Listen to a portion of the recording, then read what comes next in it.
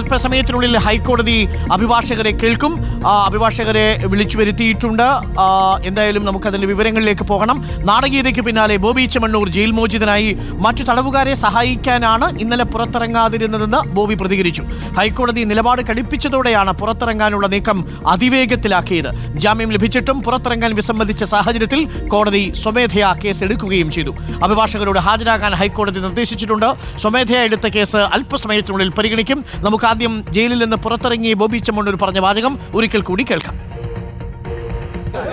ഭക്ഷണം കഴിച്ചിട്ട് ബില്ല് കൊടുക്കാതെ ഹോട്ടലിൽ റെസ്റ്റോറന്റിലൊക്കെ പിടിച്ചിട്ടുള്ള കേസുകൾ, ചെറിയ ചെറിയ കേസുകളുണ്ട്. 10-26 കേസുകളുണ്ട്.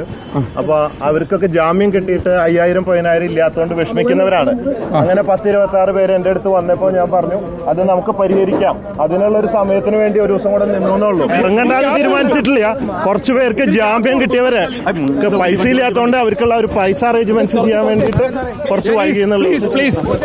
സൈഫുനീസ നമുക്കൊപ്പം ചേരുന്നുണ്ട് ജയിലിന് മുന്നിൽ നിന്ന്. സൈഫുനീസ, ഈ പറഞ്ഞതിൽ ഒരു അഭിഭാഷകൻ എന്നോട് ഇപ്പോൾ മെസ്സേജ് അയച്ചിരിക്കുന്നത് ഈ ജയിലിനുള്ളിൽ ഇയാൾ ഒരു യോഗം ചേർന്നോ, ആ രീതിയിലാണോ പറഞ്ഞിരിക്കുന്നത്? ഈ ജയിലിലെ ഉദ്യോഗസ്ഥരെ കൂടി ഈ ബോബി ചെമ്മണ്ണൂർ പ്രതിസന്ധിയിലാക്കുമോ എന്നൊരു ചോദ്യം കൂടി ചോദിക്കുന്നുണ്ട്. എന്തായാലും ബോബി ചെമ്മണ്ണൂരിന്റെ വിശദീകരണം ജയിലിനുള്ളിൽ വെച്ച മറ്റ് തടവുകാരെ കണ്ട് ഇക്കാര്യം ചർച്ച ചെയ്തു എന്നാണ്. തൽക്കാലം നിയമം അതിന് അനുവദിക്കുന്നില്ല. അത്തരം ജയിലിൽ ആൾക്കാരെ കണ്ട് ഇത്തരം കാര്യങ്ങൾ ചർച്ച ചെയ്യാനുള്ള സാഹചര്യമൊക്കെ ജയിലിൽ ഒരുക്കിയിട്ടുണ്ടെങ്കിൽ അതും ഒരു പ്രധാനപ്പെട്ട ഗുരുതര വിഷയമായി മാറും. ചുരുക്കത്തിൽ അവസാന നിമിഷം അതിവേഗം ഒരു ഓട്ടമാണ് നമ്മൾ കണ്ടതല്ലേ സൈഫുനീസ? തീർച്ചയായും അരുൺകുമാർ, 5 ദിവസം ജയിലിൽ കിടന്ന് അവസാന നിമിഷമായപ്പോൾ ഓടിപ്പിടിച്ച് പുറത്തേക്ക് ഇറങ്ങേണ്ട അവസ്ഥയായിരുന്നു ബോബി ചെമ്മണ്ണൂരിന്. ബോബി ചെമ്മണ്ണൂർ പക്ഷേ ഈ ദിവസങ്ങൾക്കകം ഇതിനകത്തുള്ള ആളുകളുടെയൊക്കെ പ്രശ്നങ്ങൾ പഠിച്ചു എന്നുള്ളതാണ് പ്രധാനപ്പെട്ട കാര്യം. അത് എവിടെ ഇനി അഡ്രസ്സ് ചെയ്യും, എങ്ങനെ ഈ പ്രശ്നങ്ങളൊക്കെ പരിഹരിക്കും എന്നുള്ളതാണ്.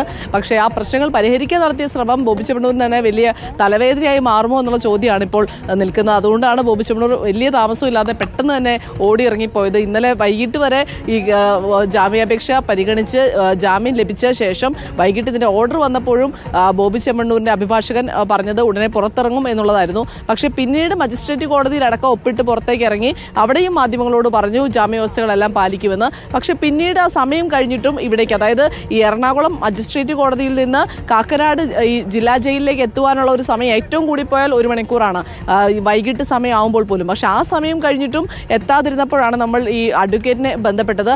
ആദ്യമൊന്നും അഡ്വക്കേറ്റ് പ്രതികരിച്ചിരുന്നില്ല. പിന്നീട് നമ്മുടെ അടുത്ത് അഡ്വക്കേറ്റ് പറഞ്ഞത് ഈ ജയിലിൽ കഴിയുന്ന തടവുകാർ പല കാര്യങ്ങളാൽ ജാമ്യം കിട്ടാതെ, ജാമ്യത്തിന് പണം നൽകാനാകാതെ, അല്ലെങ്കിൽ ജാമ്യം നിൽക്കാൻ ആളില്ലാതെയൊക്കെ പുറത്തിറങ്ങാൻ കഴിയാതെ കിടക്കുന്ന തടവുകാർക്ക് ഐക്യദാർഢ്യം പ്രഖ്യാപിച്ചുകൊണ്ട് അവരെ പുറത്തിറക്കാനുള്ള വഴി തേടാൻ വേണ്ടി ബോബി ചെമ്മണ്ണൂർ ജയിലിൽ തുടരാൻ തീരുമാനിച്ചിരിക്കുകയാണ് എന്നാണ്. അപ്പോൾ നമ്മൾ അഭിഭാഷകനോട് ചോദിച്ചത് പ്രശ്നമാകില്ലേ എന്ന് പറഞ്ഞപ്പോൾ അത് ബോബി ചെമ്മണ്ണൂരിന്റെ തീരുമാനമാണ്, എന്തുകൊണ്ടാണ് അങ്ങനെ തീരുമാനം എടുത്തതെന്ന് അറിയില്ലെന്നാണ് അഭിഭാഷകൻ ഇന്നലെ പറഞ്ഞത്.